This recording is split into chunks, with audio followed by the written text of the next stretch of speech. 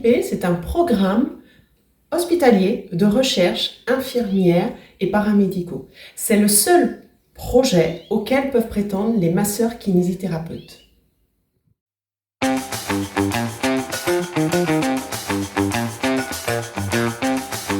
Alors, c'est un projet qui va nous permettre de faire de la recherche, qui va nous permettre de publier, qui va nous permettre de faire évoluer notre profession, qui va nous permettre d'avoir une visibilité auprès des médecins et qui va pouvoir nous permettre de faire évoluer notre nomenclature et puis, pourquoi pas, notre cotation. Donc, c'est vraiment un projet très intéressant qui peut permettre aux kinésithérapeutes de faire de la recherche et d'avoir une véritable reconnaissance de par notre expertise et notre expérience que l'on va partager dans le monde médical.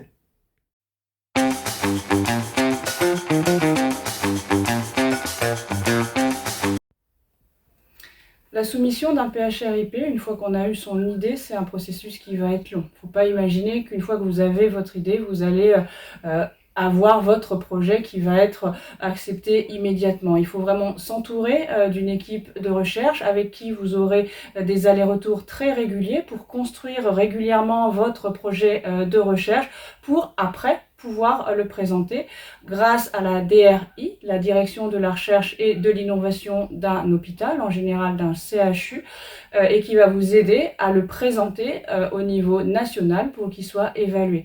Ce sont des projets qui peuvent être multicentriques, c'est-à-dire impliquer toute la France et donc qui sont des projets de grande ampleur.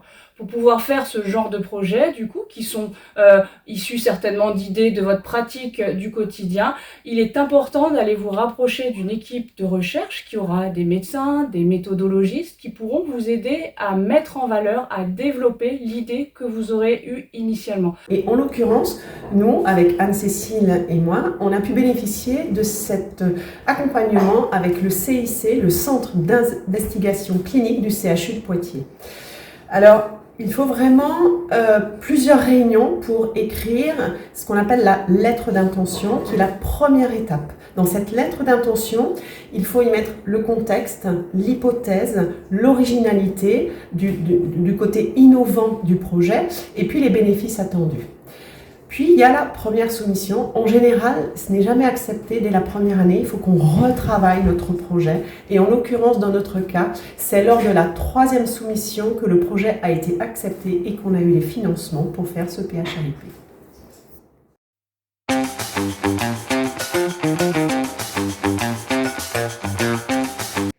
Alors, notre étude, EVRP, éducation vidéo en rééducation périnéale, est une étude contrôlée, randomisée, multicentrique. Elle va être randomisée parce que les patientes vont être randomisées en deux bras. Il va y avoir un bras avec des vidéos et un autre bras avec un document de papier. 12 kinésithérapeutes libéraux, et ça c'est ma grande fierté, vont pouvoir participer à cette étude parce que ce sont eux qui vont inclure les patientes.